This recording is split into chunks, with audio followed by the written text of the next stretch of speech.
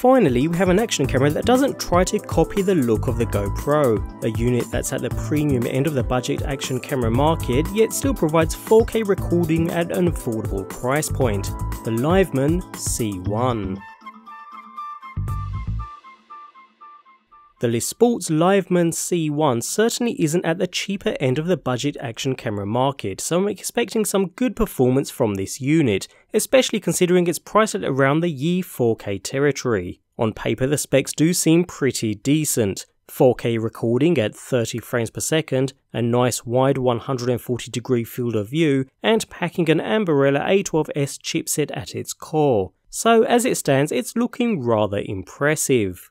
The camera comes in a decent package too. Alongside the camera itself, users receive several accessory boxes. One contains a user guide, which fortunately is available in English. The second contains a waterproof housing. The third has a quick release buckle along with some extension arms. And the final box houses the USB charge and sync cable, 2 adhesive mounts, and a single 1050 mAh battery. Overall, a rather decent package, reminiscent of the older GoPro Hero packages. The camera itself comes complete with a clear plastic frame housing, providing easy access to all camera functions and controls, and opens via a clip at the top corner, which allows the top to hinge open and the camera to slide out. Different to the competition, but equally as effective, maybe more so considering we do not have to remove the frame from any mounts in order to remove the camera. The included waterproof housing provides the ability to dive up to 40 meters. With a top clip and hinged rear door, the camera slides neatly into place. The button arrangement matches up with the camera, and the housing itself carries a clear box type look and feel, with no protruding lens whatsoever, although both housings offering that familiar GoPro attachment point at the bottom, along with the accompanying mounts blending perfectly into that ever popular GoPro mounting ecosystem. Even the camera itself looks and feels different to the competition, slightly smaller than other cameras, although a tad thicker, the most striking difference being that completely flat lens, creating a true box type design, with an Ambarella A12S chipset and Sony Exmor f2.7 sensor, providing true 4K video capture at a full 30 frames per second, which we'll put to the test shortly. Otherwise, the rest of the unit carries a pretty standard configuration with a single LED and power button on the front, a shutter button with another LED and a microphone pinhole at the top, a single wireless button and a lock button on one side, with the opposite side carrying that typical cluster of micro USB, micro HDMI and micro SD memory card ports, all covered with an attached port cover door, along with a small speaker just above. So all in all, a rather standard configuration wrapped up in a pretty neat overall design. The manufacturer claims that the included 1050 mAh battery should be good for around 90 minutes recording, which puts it firmly alongside the competition, and this slides into the bottom of the camera thanks to a spring-loaded sliding battery door. There's no integrated tripod thread in the bottom though, meaning the included frame and waterproof housings are a must for mounting the camera. Power up the camera and the rear 1.8-inch screen comes to life. It's not the sharpest screen I've come across and certainly not the brightest, but I guess it's enough to get the job done, with the current shooting mode and other useful information displayed on screen. When it comes to changing settings, thankfully the touch sensitivity makes it a simple process. Swipe to the left and we enter the main menu, where we can switch between different camera modes, with the most common modes being available as well as playback menus. The settings are just as straightforward. The video settings allow the quick and easy changing of resolutions and frame rates, field of view settings, even bit rates. It's a similar story with photo mode, allowing resolution changes as well as changes to burst mode and timer settings.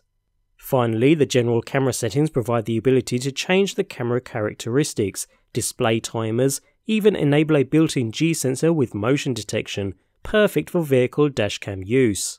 Although it's all quite straightforward and easy to navigate, there aren't very many settings to go through. It's all rather basic with no advanced level options for setting exposure or white balance for instance. There's no electronic image stabilization either, which I'd expect from a budget camera at this price point.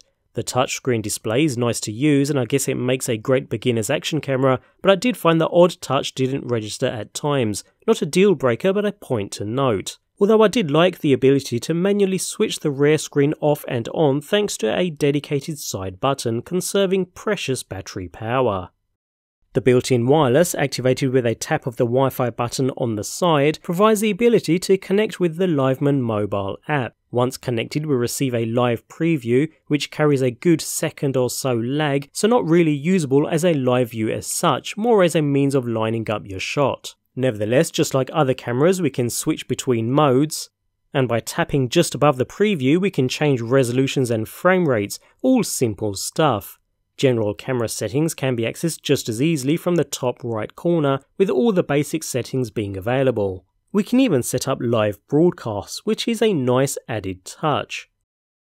One point to note is that although the shutter button begins recording, it can't be used to stop recording. For that you need to use the front button, a little strange but soon becomes second nature. Nevertheless, when it comes to performance, I was actually pleasantly surprised. Bear in mind, what you see here is raw footage from the camera, no colour correction or editing whatsoever, although also note that the quality will have dropped slightly due to YouTube compression, but regardless, capture quality isn't too bad. Details are relatively sharp and colours are relatively vivid, producing footage that is generally smooth and has a nice wide angle field of view. There's no electronic image stabilization of any kind though, so footage can be a little nauseating depending upon what you're shooting, but saying that, dynamic range is pretty decent, adjusting between different lighting conditions rather smoothly. Nevertheless, the different camera modes work as expected, nothing we haven't seen done before and all working perfectly well. The only complaint is that the right edge of the video does seem to be rather soft and out of focus when compared to the left, which does let the unit's otherwise decent performance down a little. Image quality is also just like video, details are maintained quite well and you can produce decent images, similar to what you'd produce from any modern smartphone these days, which is respectable considering the camera's budget level price point. When it comes to low light, the C1 is in the same boat as all other action cameras with such small sensors. The more light you can throw at it, the better, since the darker the subject, the more grain you'll see in the video. Nothing that we don't already know, and an issue that plagues all action cameras in this price range. Audio is captured from a single microphone that's placed on the top surface right above the lens. Audio quality isn't brilliant, even more muffled in the waterproof housing, but either way it's enough to get a feel for your surroundings. This isn't the cheapest budget action camera out there, and to be fair, there are few extra features to justify the higher price point. Yes, it has a live broadcast option, which is great, although probably won't be used by most, but there's no image stabilization, no advanced level camera options of any kind either. It's all rather basic, to be honest. I do have to award extra points for attempting a new, unique design though, and I grew to quite like it, with no protruding camera lens and a nice frame which opens from the top, meaning no need to remove from any mounts. Is that enough to justify the price point though? Well, no, not really. Lower the price and it would be a pretty good buy, which is a shame as it otherwise performs rather well.